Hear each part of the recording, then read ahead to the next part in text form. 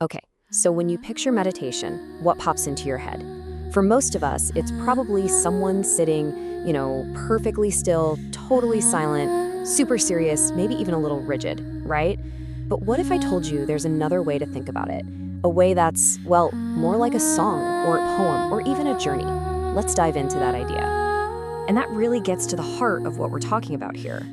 Instead of this silent, kind of strict discipline, we're going to explore meditation as a song of spiritual experience. I mean, that just completely reframes it, doesn't it?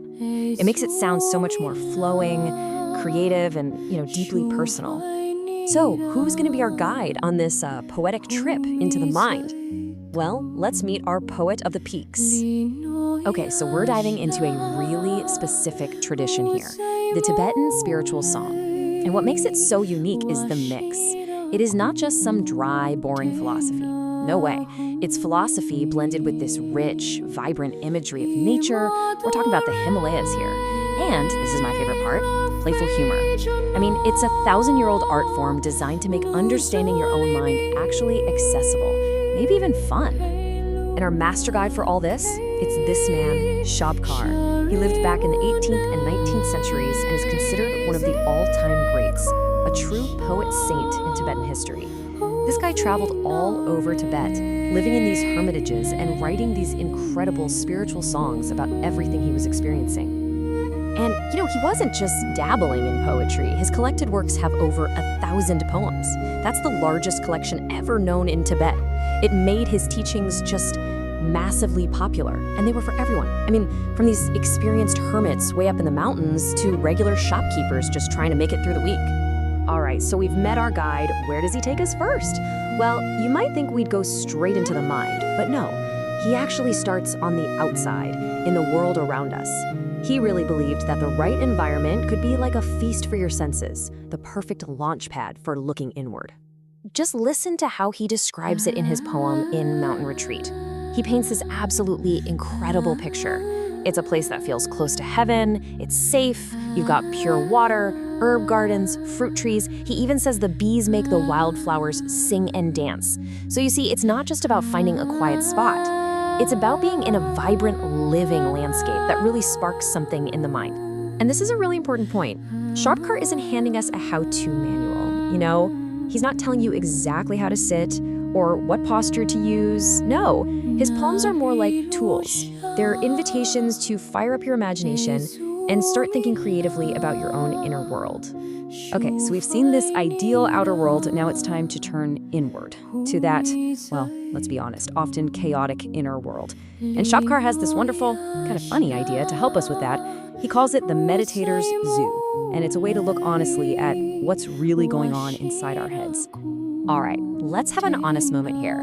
Have you ever been trying to focus? Maybe you're meditating, or maybe you're just trying to get some work done, and this thought just barges in. Where's my next meal coming from? Or what am I gonna have for lunch? Well, if that's you, Shabkar has a name for it. You, my friend, are a wandering fox meditator. See, the cool thing is, it's not a failure. It's just a pattern, a little animal wandering through your mind. That touch of humor makes it so much easier to just see it and not judge yourself for it. Or what about this one? You're sitting there, trying to be still, and your mind just wanders off to money, to bills, to your job. And you find yourself wondering, where's my next coin coming from? Or, how am I gonna pay for that thing? If that's hitting close to home, then you've just met the roaming dog meditator. And again, it's just this brilliant way of naming a super common, relatable mental habit so we can see it for what it is. Nothing more than a thought pattern, just passing through. And what's so clever about this whole zoo idea is how Shabkar sets up these contrasts. So on the one hand, you've got the distracted mind, the wandering fox obsessed with food, the roaming dog stressing about money, or the old owl just spouting random twisted stories.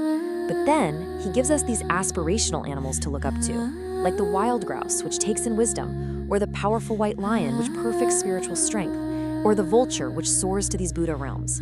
It's like this playful map of our own inner potential.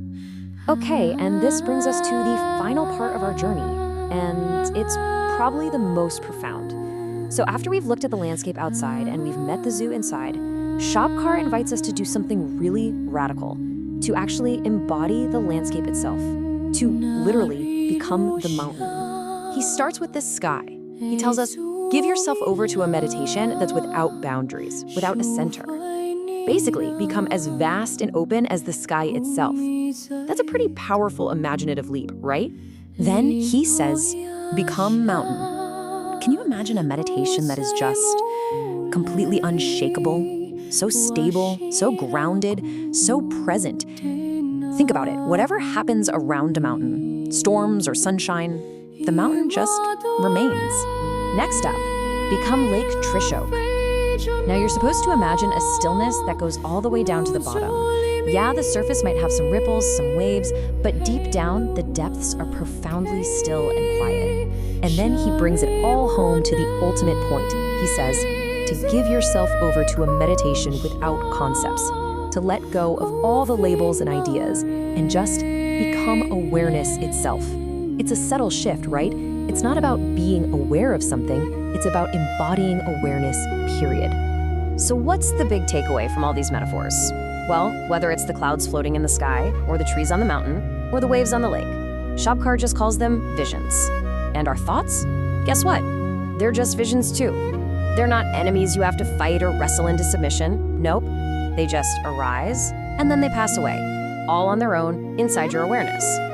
And that really is the heart of Shabkar's message. His songs aren't a set of instructions. They're an invitation to stop fighting with your mind, and maybe start playing with it instead, to use imagination and poetry as your guide. So I'll leave you with this question to ponder. How might your own approach to your mind change if you started using a little more imagination?